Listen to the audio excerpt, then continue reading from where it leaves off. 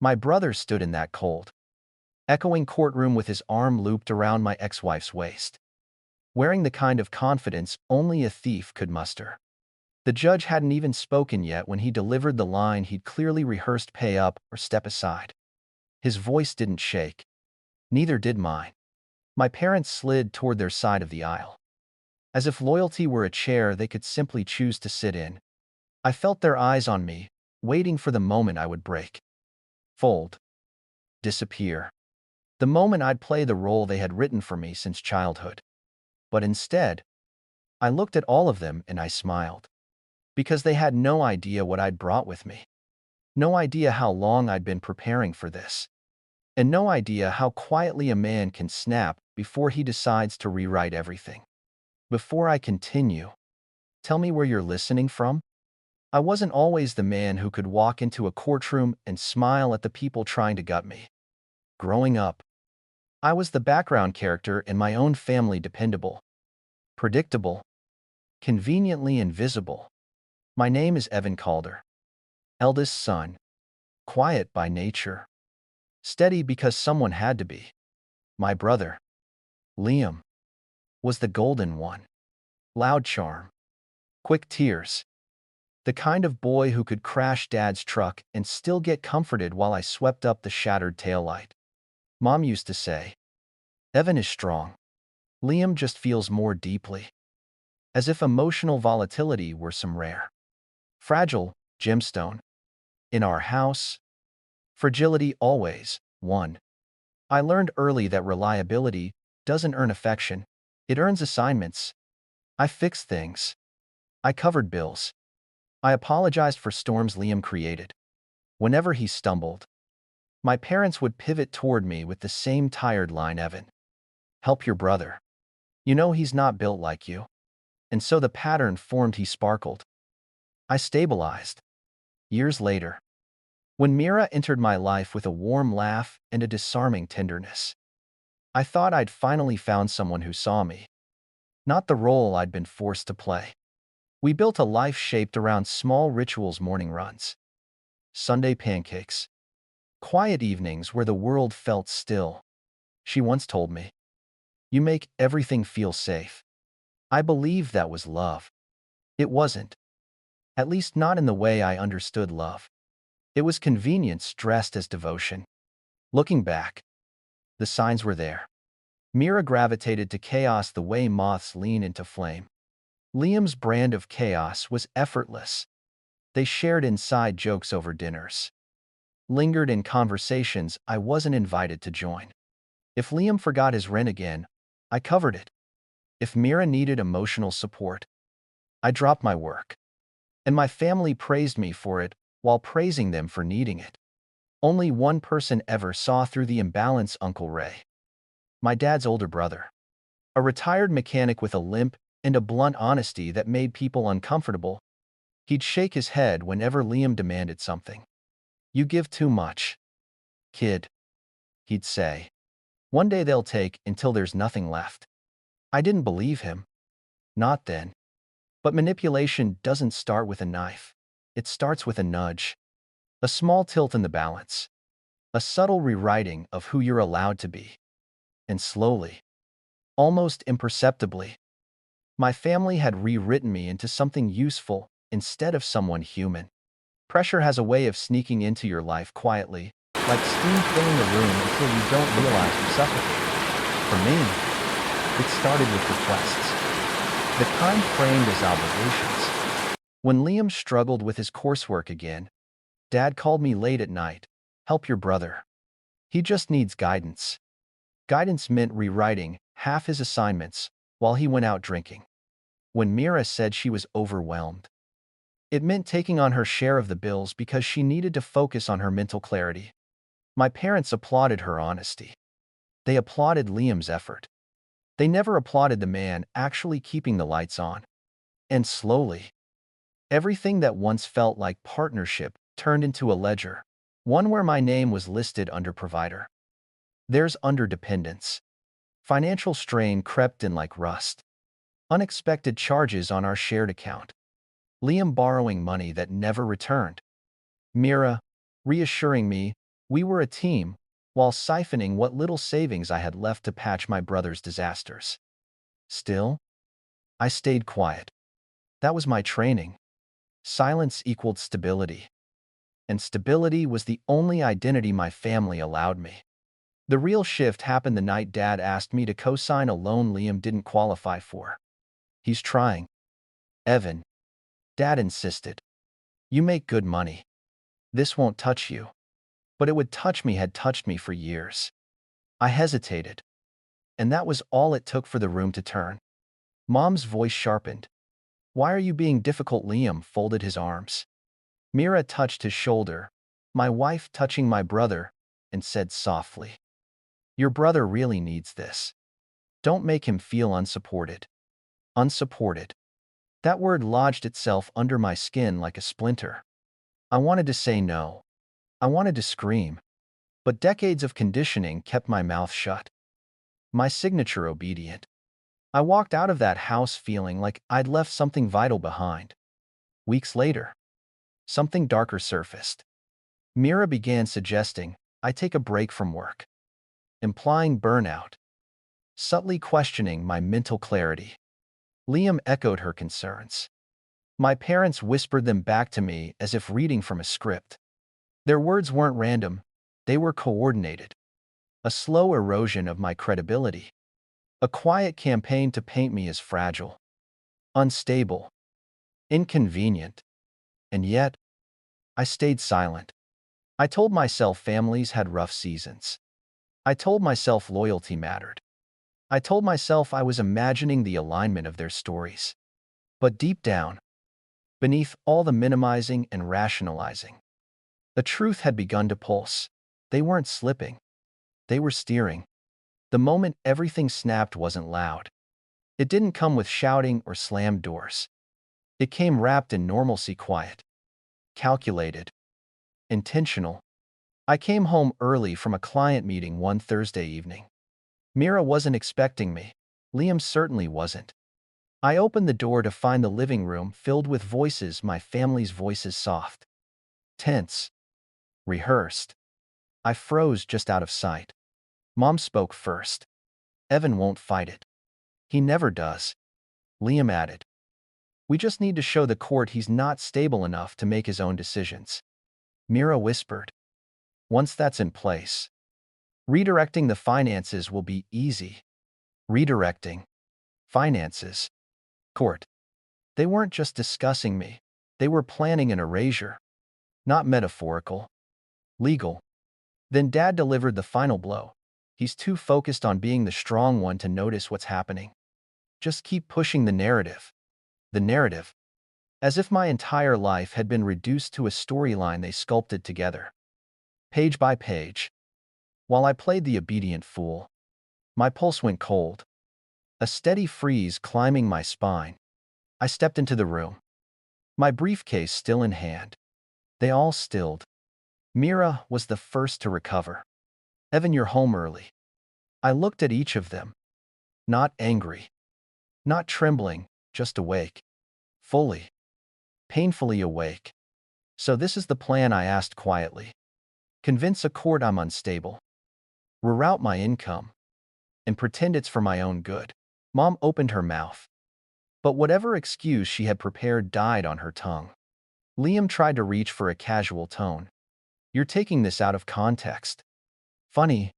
That was the very line I'd been swallowing for years. But this time, something inside me didn't bend. It broke, but not the way they imagined. Not into pieces. It broke into shape, sharper, clearer, resolute. For the first time in my life, I let silence work for me. I simply nodded once. Slow and deliberate. "Understood," I said, and walked past them without another word. Upstairs, behind the locked door of my home office. The collapse finally came, but it wasn't emotional. It was strategic, like the quiet click of a vault closing. This wasn't confusion. This wasn't miscommunication. They didn't trip into betrayal, they built it. And now that I finally saw that, everything was going to change. The next morning, the world looked the same. But I didn't. There was a steadiness in me my family had never accounted for because they'd never imagined I might stop playing the role they'd written. I sat at my desk with a cup of black coffee and opened the shared financial portal. Within minutes, I realized something almost poetic. Every major expense loans, utilities, leases, even Liam's recurring debts was tied to my name. Not theirs. Not shared. Mine. They'd assumed my reliability made me pliable. They'd assumed attaching everything to me meant they had leverage. What they didn't realize was how easily everything connected to me could be disconnected by me. I didn't rage. I didn't spiral. I simply began. First, I called the bank and removed myself from the automatic payments I'd been silently shouldering for years. Then I drafted a series of concise, impeccably polite emails to the landlord, ending liability for Liam's overdue rent, to the utility company, transferring Mira's account fully into her name, to the loan office, revoking my cosigner status pending review, citing suspected misuse, to the family accountant, requesting a freeze on all shared assets. No accusations, no emotion, just precision. Each message was a scalpel. Clean, controlled, unavoidable. By noon, my phone buzzed nonstop. Mom calling. Liam texting question marks, like they were currency. Mira sent a single line, "We need to talk." I didn't respond to any of them. Instead, I drove across town to visit the only person who'd ever warned me, Uncle Ray. He opened the door before I even knocked. "Saw your name on caller ID." He grumbled. Figured today might be the day. We sat on his back porch, the smell of motor oil lingering in the air. I told him everything, not with bitterness, just clarity. When I finished, he nodded slowly. "Told you they'd bleed you dry, if you let 'em. Glad you finally learned to shut the faucet." It wasn't praise.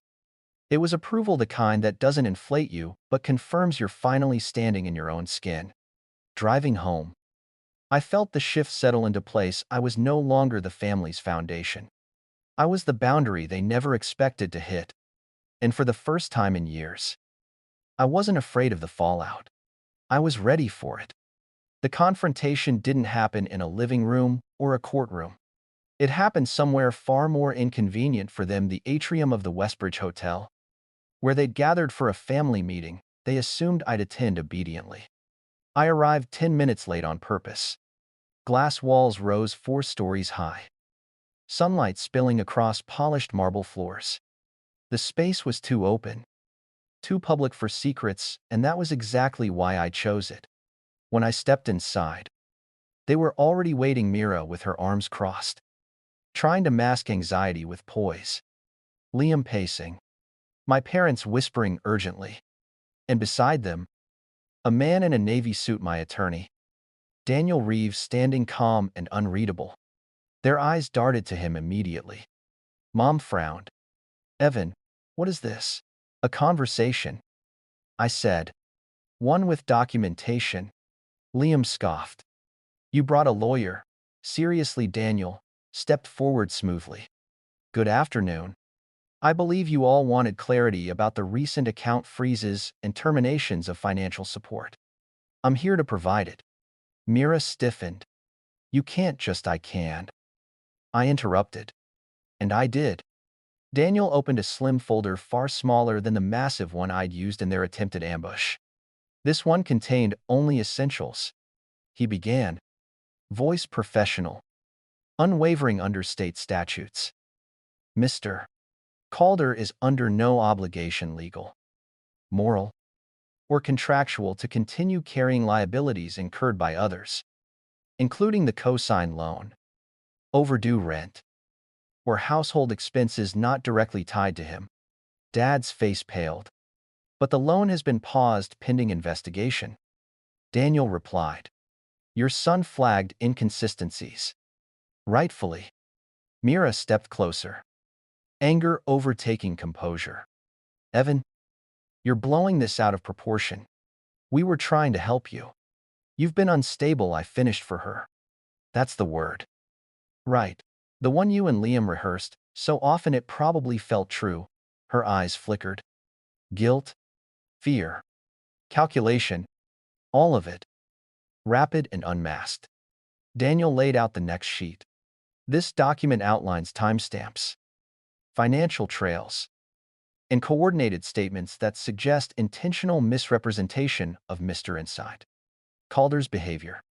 Had these allegations been pushed further, they could have constituted defamation and fraud. Mira swallowed hard. Liam looked at the floor. My parents stared between us, their version of the truth collapsing in real time. Mom whispered, Evan, we didn't know. You didn't want to know? I corrected gently. There's a difference. Dad ran a hand over his face. We just thought Liam and Mira needed support. And you assumed I didn't. I said, because I never asked. Silence. Thick, humiliating silence mostly for them. Then Daniel placed the final document on the table between us. This is a formal notice. He said that Mr. Calder is withdrawing from all joint financial entanglements, effective immediately. There will be no more shared accounts, co-signed obligations, or family-managed assets. Boundaries are in place. Legally. I watched the realization land like a physical blow. Liam's mouth trembled. So you're just abandoning us? No. I replied. I'm finally choosing myself. Mira reached out as if she had any right. Evan, please, I stepped back.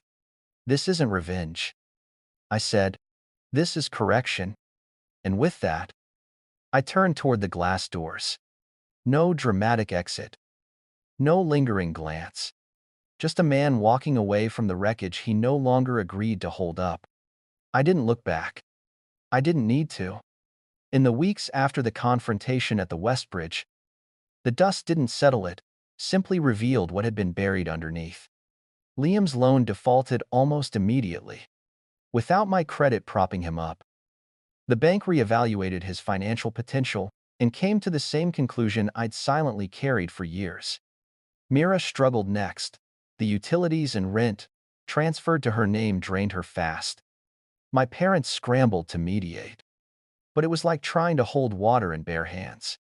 The system they built, one where I carried everything, collapsed the moment I stepped out from under it. Uncle Ray checked in on me every few days. Not fatherly, not intrusive, just present. A man making sure another man didn't fall back into old habits. You breathing easier yet? He asked one afternoon as we sat on his porch again. I thought about it. Really thought about it. Yeah, I said. For the first time in a long time. The strangest part wasn't the freedom, it was the quiet. A quiet without expectation, without performance, without the weight of being needed only for what I could give. My mornings no longer began with solving someone else's crisis.